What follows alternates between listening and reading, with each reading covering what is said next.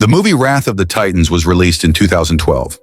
It is a very interesting fantasy, adventure, and action movie. The story is quite different and revolves around the gods. It shows how their powers are used in battles and how they fight to save humanity. The main character is Perseus, who is the son of Zeus. At the beginning of the movie, we learn that gods used to rule the world, but Perseus defeated one of them to protect humanity.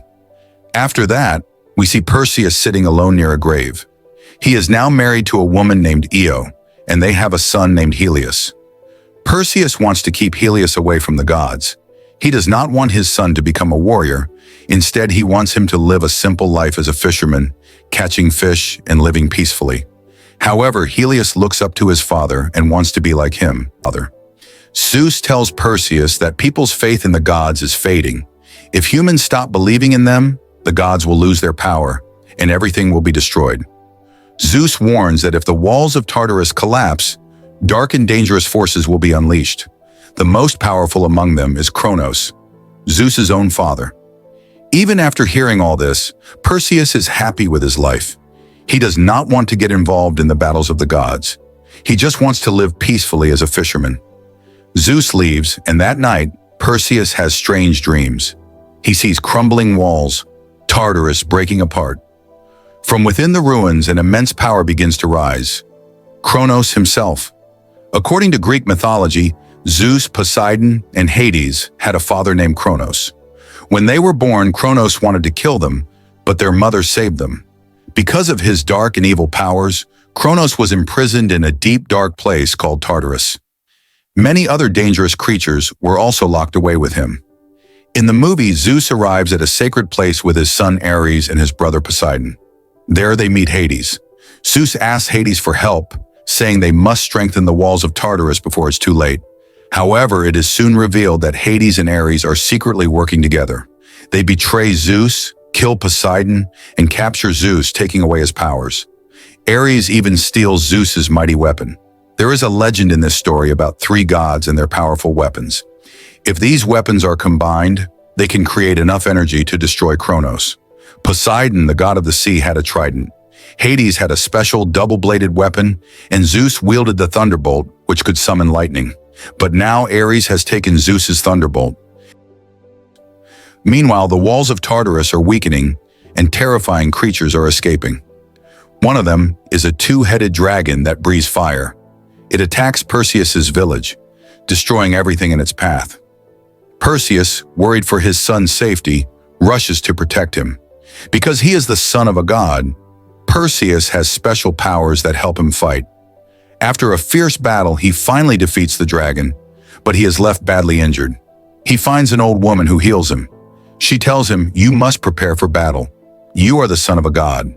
Perseus refuses, saying that his wife had asked him to stay away from war and that he wanted his son to live a normal life. But the old woman insists, "The situation has changed. You must fight to save your father." Realizing the seriousness of the situation, Perseus takes his son, Helios, and sets out on his journey. It was once a magnificent place, but now it looks like ruins. As Perseus and his son pray to the gods, an injured Poseidon appears. Though Ares had tried to kill him, he had managed to survive. Weak and dying, Poseidon tells Perseus how he was betrayed by Hades and Ares, and how Zeus was captured inside Tartarus. Before taking his last breath, Poseidon gives Perseus his trident and tells him, "You can save your father. Find a man named Agenor. He is my son. Just like you are Zeus's son. He is a demigod like you."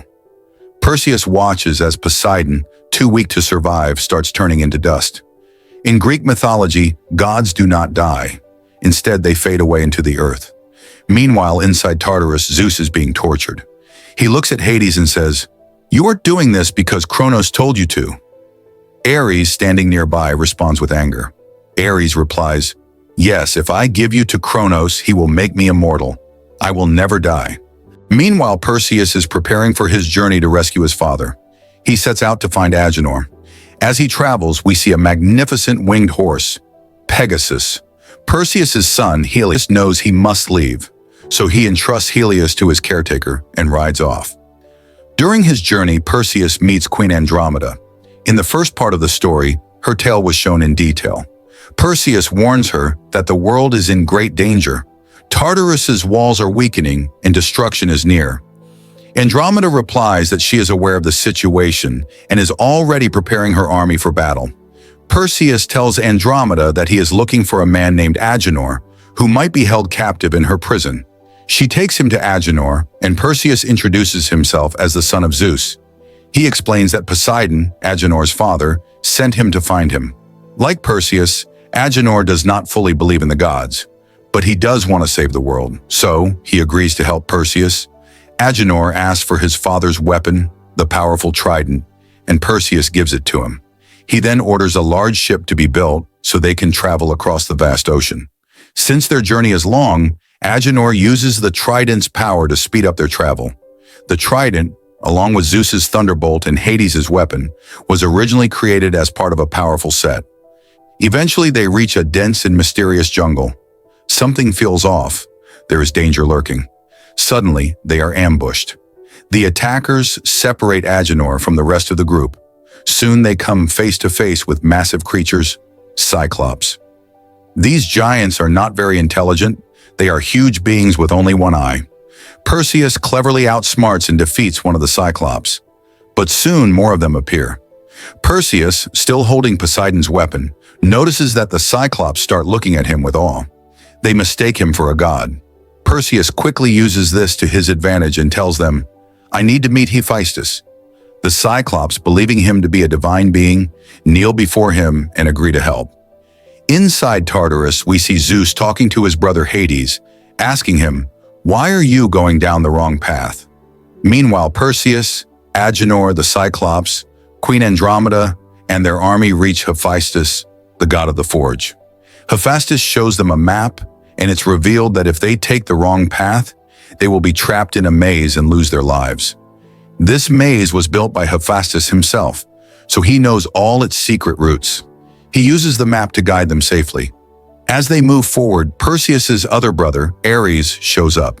A fight breaks out between Ares, who wants to become immortal, and Perseus, who wants to save the earth. During the battle, Hephaestus is killed by Ares. Hephaestus had opened a door with Poseidon's weapon, but they could only keep it open for 20 seconds. As the others rush inside, Ares doesn't let Hephaestus's body follow, and the door slams shut. Now with the map, they try to find their way to Zeus.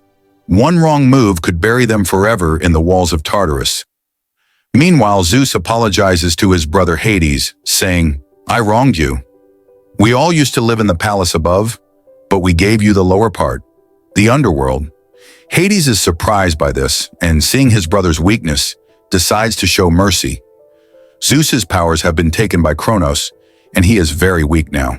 He has no strength left except for his hope in his son, Perseus. Perseus, determined to save his father, uses the thunderbolt weapon to lift Zeus from the ground and takes him safely to Andromeda's palace. But since Kronos took Zeus's powers, he can't do much now. He hopes Perseus will be able to defeat Kronos. Andromeda's army is ready for battle, but they aren't strong enough to defeat Kronos yet. Perseus needs to get the thunderbolt weapon from Ares. Then, with the trident given to him by Poseidon and the double-bladed weapon of Hades, he will combine the three powers to destroy Kronos. However, the task is not easy, and Perseus's life may be at risk. We'll see what happens next in the story. On one side, we see negative creatures coming out of Tartarus and attacking, slowly destroying humanity. On the other side, Perseus reaches Ares, but the dangerous part is that Ares brings Perseus's son, Helios, with him, and Perseus is shocked to see him. A fight breaks out between them. During the battle, Helios uses the wooden stick that he had turned into a sword and strikes Ares. Perseus, using the thunderbolt weapon, defeats Ares. The thunderbolt then comes into Perseus's hands. Meanwhile, Zeus, who is weak, is visited by his brother Hades, who gives him some of his power. This causes Zeus's white beard to turn black, and he becomes young again. Both brothers, Zeus and Hades, go outside to fight, but just as they prepare, Kronos appears. He raises one hand, and molten lava starts falling on everyone. The army is slowly destroyed. At the same time, Perseus, riding his horse Pegasus, enters the palace and goes straight towards Kronos. He carries a three-pronged weapon with him. Suddenly there is a loud explosion, and we see the destruction of Kronos. Everyone celebrates. Perseus meets his father Zeus, but Zeus is still weak. As Zeus is about to leave, he transforms into dust, just like his brother did. At the end, only Hades remains, though he is also weak. We see that Hades gave some of his powers to Zeus before, and now he thanks Perseus for helping him let go of his bad habits and bringing in some good ones. Hades is happy and leaves. After the death of their father, Perseus takes Zeus's place, and Agenor, who had turned into dust earlier, now takes the place of Poseidon. Perseus and his son are seen together. Perseus gives his son a sword, which is too heavy for him to lift. Perseus tells his son that he comes from a great family. His grandfather's name was Zeus, and people respected him greatly. His father, Perseus, was a demigod.